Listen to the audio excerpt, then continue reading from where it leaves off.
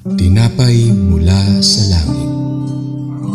A daily morning devotion with CRC Family.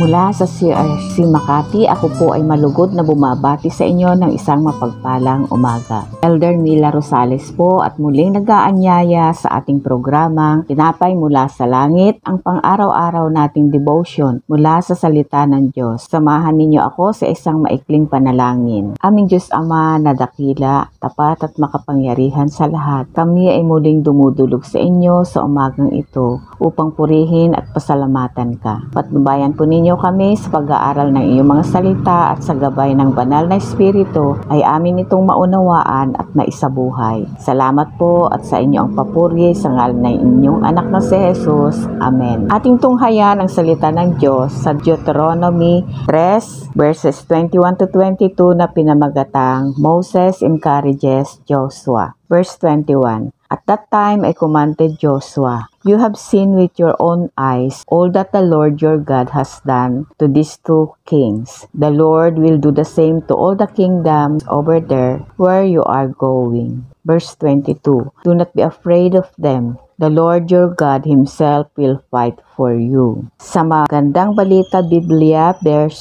21, ito naman ang sinabi ko kay Josue. Nakita mo na ang ginawa ni Yahweh sa dalawang haring Amoreo. Ganon din ang gagawin ni Yahweh sa mga hari ng lupaing pupuntahan ninyo. 22, huwag kang matatakot sa kanila sapagkat si Yahweh ang siyang nakikipaglaban para sa inyo. Lahat tayo ay nangangailangan ng pagsuporta ng iba. Dahil tayo ay nagtitiwala sa Diyos at kabilang sa pamilya niya, nararapat lamang nating suportahan o palakasin ang loob ng isa't isa. Isang halimbawa nito ay makikita sa Exodus 17:10 to 13 na sinasabing, habang nakataas ang mga kamay ni Moses, nananalo ang mga Israelita. Ngunit kapag ibinababa niya ang kanyang kamay, nananalo naman ang mga Amalekites. Nang makita ni Aaron at Hur, lumapit sila kay Moses at sinuportahan nila ang mga kamay niya kapag pagod na ito. Dahil sa pagsuporta nilang iyon, nanalo sa labanan ang mga Israelita. Ganito rin ang nais ng Diyos na mangyari kina Moses at Josue habang sila'y papalapit patungo sa lupang pangako.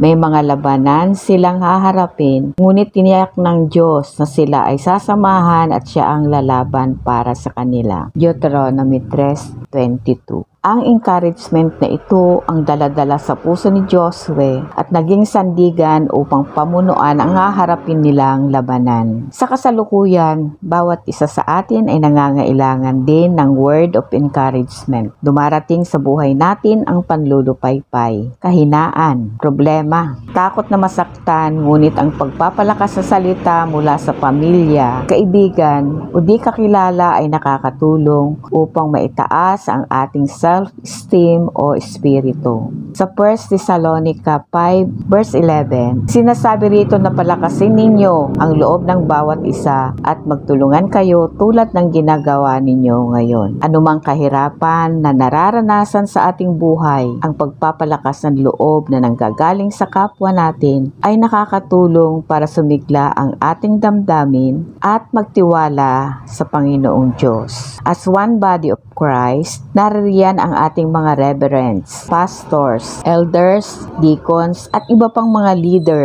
na maaring sumuporta, tumutulong at nagbibigay ng kaaliwan at lakas sa atin. Higit sa lahat, nariyan ang ating Panginoong Diyos na maaari nating lapitan anumang oras at laging handang tumulong sa atin. Sa awit 46:11, sinasabi po rito na nasa atin ang Diyos na makapangyarihan, ang Diyos ni Jacob na ating kanlungan. Atin lamang ipagkatiwala sa Diyos ang ating buhay na siya nagmahal sa atin. Magagawa nating palakasin ang loob at patibayin ang isa't isa. Sa pamamagitan ng papalakas ng loob sa iba ay isa na ring paraan upang matulungan ang iba na maranasan ang kabutihan ng Diyos. Sa ating conclusion, Hebrews 10:24-25, sikapin din nating gisingin ang damdamin ng bawat isa sa pagmamahal sa kapwa at sa paggawa ng mabuti. mabuti. Huwag nating kaliligtaan ang pagdalo sa mga pagtitipon gaya ng nakasanayan ng iba. Sa halip, palakasin natin ang loob ng isa't isa, lalo na ngayong nakikita nating malapit na ang araw ng Panginoon. Tayo po ay manalangin. Panginoong Diyos, marami pong salamat sa iyong mensahe sa umagang ito. Tulungan po ninyo kami na maisabuhay ito at mapalakas upang makatulong sa aming kapwa. Thank you, Lord. In this we pray. In Jesus' name, Amen. Maraming salamat po sa inyong pakikibahagi sa ating programa, Tinapay Mula sa Langit. Lagi nating basahin at pagnilay-nilayan ng kanyang salita upang lubos nating maunawaan. Muli ninyo kaming samahan bukas sa ganap na ika-5 kalahati ng umaga. Malaya din ninyong ibahagi ito sa iba, sa kapamilya, kaibigan, upang sila ay mapagpala rin. Marami pong salamat. God bless us all.